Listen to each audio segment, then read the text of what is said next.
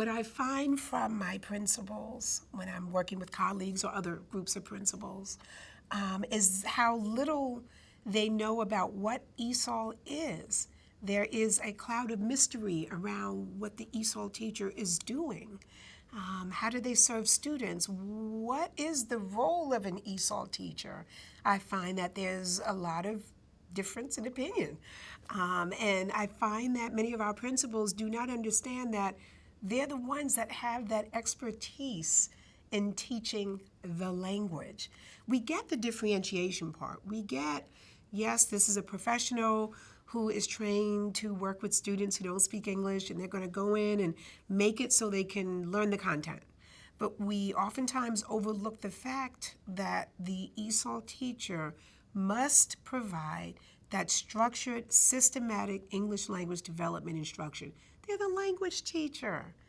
It's funny how in high school, we recognize, oh, that's the Spanish teacher. Oh, that's the Chinese teacher. There's the one teaching French or Japanese.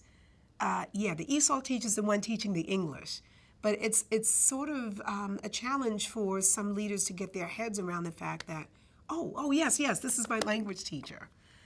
But then once we understand they're the language teacher, what do we mean by the language? Oh, it's far beyond vocabulary. So yes, of course, we're attuned to teaching vocabulary, and especially the more technical and specific vocabulary that our language learners need to access grade level content, but it's so much more than that about the language. It's also the grammar. It's language forms and conventions.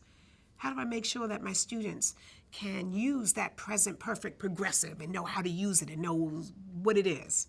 It's also, how do I make sure that my English learners can command language at the level of discourse? They're able to command relative clauses, and they're able to understand passive voice and more sophisticated language that manifests itself in the academic areas. What about that? Who's teaching them that?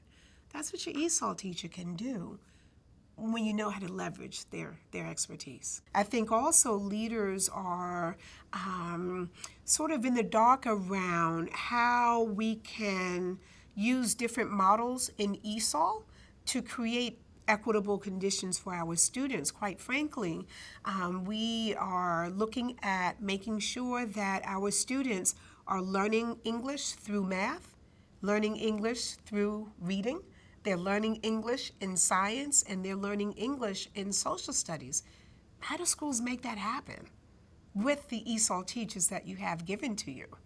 It requires a certain vision and a certain commitment to engaging our teachers around co-constructing that vision. If you do that in a professional learning community, you'll end up with an equitable model for English learners to achieve fluency in English and competency in academic content at the same time.